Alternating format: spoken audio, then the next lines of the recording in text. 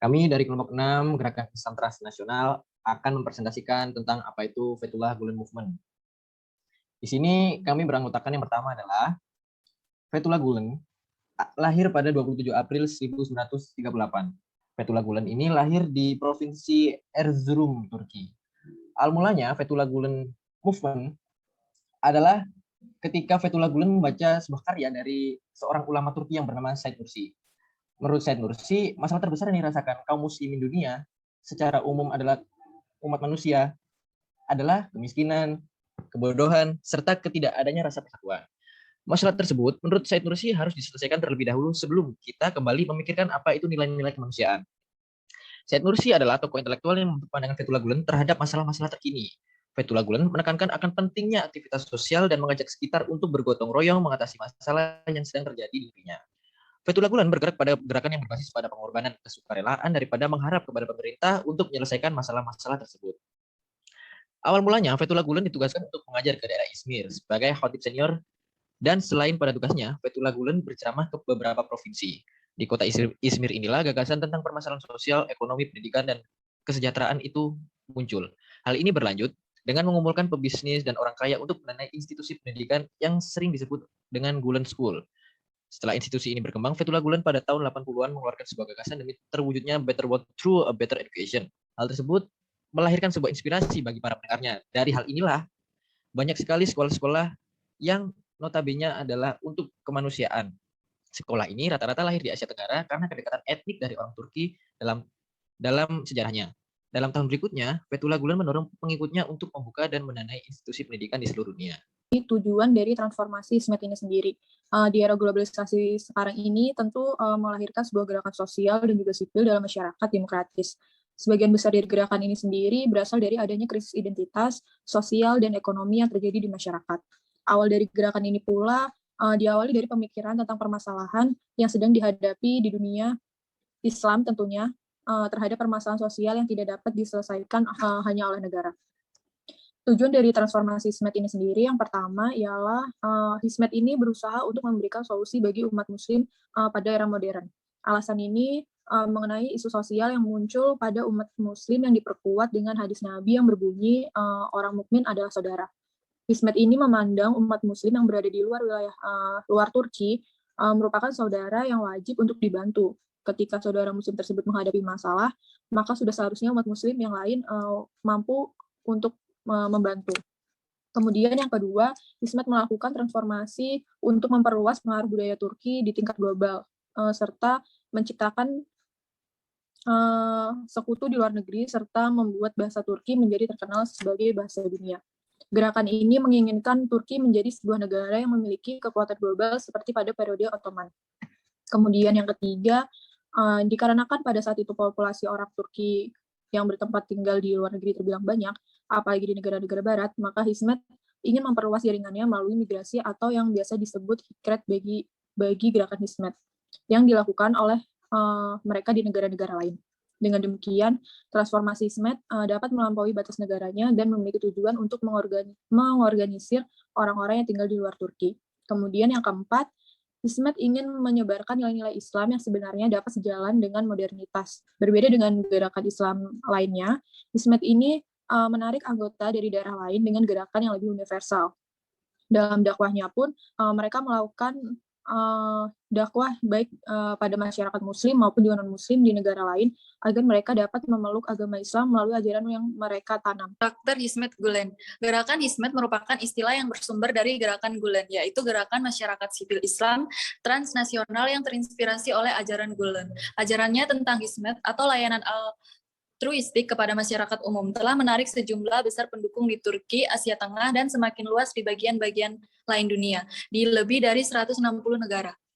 Contoh untuk hal ini adalah layanan terapi psikologis atau psychological healing di Irak untuk memulihkan psikis warga di daerah yang dilanda kekerasan. Dalam pelayanan sosial, para aktivis HISMED bekerja dengan basis nilai pengabdian yang tulus. Sebagai contoh, para dokter yang merespons program-program Gulen bekerja tanpa upah di negara-negara yang terkena musibah. Dalam gerakan HISMED ini, Sufisme berperan sebagai landasan moral. Substansi moral dalam Sufisme benar-benar termanifestasikan ke dalam ranah praksis dedikasi sosial secara tulus.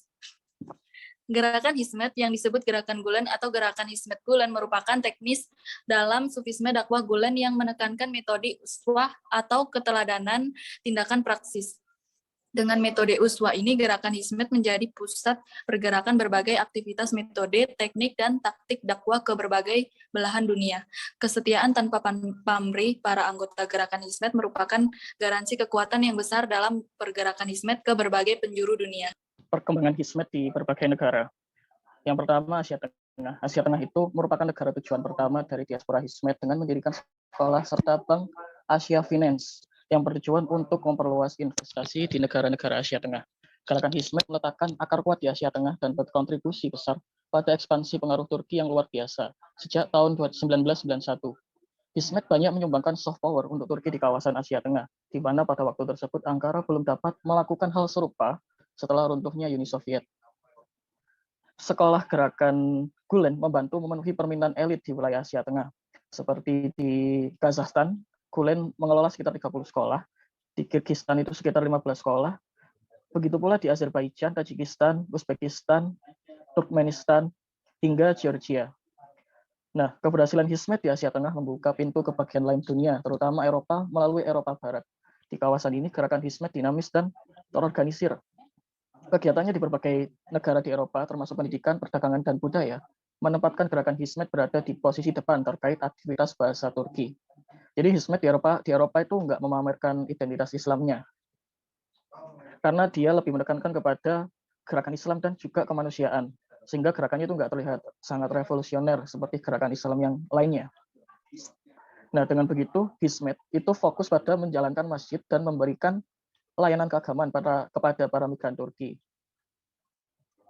Nah, seiring dengan berjalannya perkembangan di Eropa, beberapa pengusaha Eropa dan pengusaha Turki pun berafiliasi dengan Gerakan Hizmet dan telah mengorganisir asosiasi di hampir seluruh negara Eropa dengan mendorong kerjasama ekonomi dengan Turki. Nah, selain Asia Tengah dan Eropa, Hizmet juga berhasil mengembangkan gerakannya di berbagai kawasan lain, seperti Afrika, Australia, Asia Tenggara, bahkan Amerika Utara.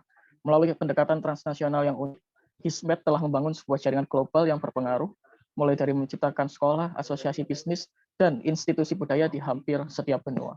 Media penyebaran Hizmet. Hizmet menyebarkan ajarannya melalui berbagai macam seperti media massa, di mana dengan peluang yang diberikan oleh pemerintah Turki di tahun 1980, Hizmet mulai mengembangkan gerakannya melalui media massa yang berupa majalah yang bernama Sizinity yang berisikan diskusi mengenai Islam dan modernitas, di mana majalah tersebut juga dipublikasikan dalam versi bahasa Inggris dengan nama majalah Fontaine dan diterbitkan di kota Istanbul dan New Jersey. Diharapkan dengan adanya majalah tersebut, masyarakat Turki dan masyarakat dunia dapat menyadari bahwa agama Islam dapat berjalan beriringan dengan ilmu pengetahuan. Selain itu, Hizmet juga mendirikan beberapa penerbitan seperti koran dan majalah, dan juga mendirikan saluran televisi yang bernama Samanyolu dan sebuah tower radio yang bernama Boch untuk menarik masyarakat umum agar dapat memahami agama dan spiritualitas bersama Hizmet. Yang kedua adalah bisnis, di mana Hizmet dalam mendapatkan dana melalui anggotanya berfokus pada dorongan kepada pengusaha dan masyarakat Turki untuk mengalihkan penyimpanan hartanya dari yang semula uang menjadi bentuk emas, yang mana hal tersebut menciptakan fenomena yang membuat tumbuhnya bisnis dan industri Turki, seperti contohnya perusahaan coklat Ulker dan biskuit firm. Yang ketiga adalah aksi kemanusiaan, di mana Hizmet mendirikan Yayasan Kimse Yokmo, atau dalam bahasa Indonesia berarti adakah orang di sana, merupakan yayasan yang diperuntukkan untuk masyarakat yang sedang membutuhkan dana tersebut. Dana tersebut berasal dari pendapatan para anggota Hizmet, yang mana bantuan dapat berupa dana pendidikan, zakat, kurban, ataupun pengadaan air bersih. Selain itu, Hizmet juga membangun rumah sakit swasta yang menggratiskan biaya pengobatan untuk masyarakat yang kurang mampu. Yang keempat adalah pendidikan, di mana merupakan salah satu fokus utama dari Hizmet, di mana Hizmet ingin mengubah kurikulum yang berfokus pada sains, teknologi, dan bahasa Inggris menjadi kurikulum yang berfokus pada nilai-nilai spiritualitas, moral, dan perilaku toleransi. Nah, untuk mewujudkan hal tersebut, Hizmet membangun ratusan sekolah menengah dan sebuah universitas yang bernama Universitas Fatih pada tahun 1955. Yang kelima adalah dialog antar agama dan budaya, di mana Hizmet mendirikan yayasan dialog antar umat yang berfungsi sebagai tempat diskusi yang membahas tentang perdamaian, keadilan, dan toleransi. Yang keenam adalah melalui politik, di mana Hizmet merupakan organisasi Islam yang paling besar di Turki saat itu, di mana terdapat transformasi yang semula menjadi gerakan sosial menjadi gerakan politik. Hizmet juga merupakan organisasi yang didukung oleh Amerika Serikat untuk membendung ideologi sosialis dan komunis di negara-negara pecah Uni Soviet. Bahasan fokus gerakan Hizmet. Nah, gerakan ini meluas tanpa dikomando. Mereka menyisikan sebagian pendapatannya untuk bersama-sama merancang, membangun, dan mengelola lembaga pendidikan, kesehatan, juga ilmu pengetahuan. Yang paling terlihat dari gerakan Hizmet adalah berdirinya sekolah-sekolah dan juga lembaga-lembaga pendidikan, seperti bimbingan belajar dan juga tempat kursus. Ada ribuan sekolah yang sudah dibangun Gulenis di 170 negara. Di situ ada warga Turki, maka di negara itu berdiri sekolah Turki. Di Indonesia misalnya, sekolah yang didirikan para pengikut Gulen berjumlah sekitar 12 sekolah tersebar di beberapa kota. Seperti yang sudah dibahas sebelumnya oleh Mas Pandu, bahwa sebenarnya fokus gerakan Hizmet ini tidak terlalu jauh berbeda dengan media penyebarannya itu sendiri. Gerakan Hizmet yang juga dikenal dengan Gulen Movement memiliki 6 fokus utama gerakan. Yang pertama itu ada media massa, mendirikan dan mengelola media massa TV, cetak, dan online, serta menerbitkan jurnal-jurnal. Lalu, yang kedua ada bisnis dan keuangan, mendirikan dan mengelola bank, perusahaan asuransi, asosiasi bisnis regional dan internasional, biro konsultan dan SDM, dan resort untuk wisata. Nah, yang ketiga ini ada bantuan kemanusiaan dan donasi, mendirikan organisasi bantuan lokal, regional, dan internasional, pusat baca dan studi, bahkan untuk atasi kemiskinan, klub perempuan, pusat kebudayaan, dan pusat dialog antar agama. Lalu yang keempat ada pendidikan, yaitu membangun dan mengelola taman kanak-kanak hingga universitas, dilanjut dengan penerbitan, mendirikan perusahaan penerbitan, perusahaan percetakan, toko buku, juga perusahaan desain grafis. Dan yang terakhir yaitu kesehatan, membangun rumah sakit, poliklinik, dan pusat kesehatan dan juga diagnosa. Di Amerika Serikat sendiri, para Gulenis mendirikan banyak sekolah, baik sekolah swasta yang berkualitas tinggi dan berbiaya mahal maupun sekolah negeri yang mendapatkan subsidi pemerintah Amerika. Selain itu juga dibangun Turkish Cultural Center di New Jersey sebagai tempat dan aktivis nirlaba yang memberikan pelayanan dan mengenalkan kebudayaan Turki. Perhatiannya terhadap kudeta militer pada tahun 1980 dan kudeta militer 1997. Dukungan ini diberikan karena stabilitas tidak akan tercapai kecuali adanya negara yang kuat. Selain itu, Gulen juga sangat menginginkan negara yang stabil, sehingga Gulen Movement menentang adanya perubahan sosiopolitik yang berlebihan dalam suatu negara. Dengan alasan kestabilan negara memungkinkan gerakan ini untuk mudah berkembang dan melanjutkan dakwahnya. Selanjutnya, ekonomi menurut Gulen Movement. Dalam hal ekonomi, pada awal tahun 90-an, gerakan ini memiliki pandangan yang pesimis dan negatif terhadap kapitalisme atau kapitalisme yang berlebihan, karena menganggap kapitalisme penuh dengan kepentingan pribadi dan ambisius pelaku kapitalisme itu sendiri. Pemikiran ini terkonstruksi oleh ideologi abad ke-19 yang masih ada waktu itu, yakni memandang kapitalisme dari pandangan kolonialisme yang dianggap jahat pada masanya. Pemikiran mengenai ekonomi kapitalisme yang berkonotasi negatif ini akhirnya berkembang seiring berjalannya waktu dengan terciptanya pemikiran Gulen Movement mengenai ekonomi yang mandiri. Menurut Gulen, untuk mengatasi problem ekonomi seperti kesenjangan ekonomi, kita membutuhkan dua hal, yakni tatanan moralitas dan pemahaman yang baik tentang ekonomi. Dua hal ini akan menciptakan sistem ekonomi yang baik menurut Gulen. Juga selain negara dan pemerintah, lembaga seperti Gulen Movement lah yang dibutuhkan oleh negara dalam pertanggungjawaban terhadap perubahan sosial. Bahkan tanggung jawab itu jatuh pada setiap individu. Selanjutnya yang terakhir, urgensi perubahan sosial. Pemikiran Gulen Movement berfokus pada perubahan sosial. Dimulai pada tahun 96 sampai 99, ideologi yang sangat ditekankan oleh Gulen Movement adalah perubahan sosial dapat terus berlangsung dengan tetap menjaga dasar-dasar agama, prinsip-prinsip moral, budaya nasional, dan identitas kebangsaan. Nilai-nilai agama dan kultur nasional harusnya mewarnai masyarakat. Tidak satupun anggota masyarakat seperti keluarga, sekolah, dan barak militer terbebas dari nilai-nilai tersebut, agar tatanan sosial dan harmoni tercapai.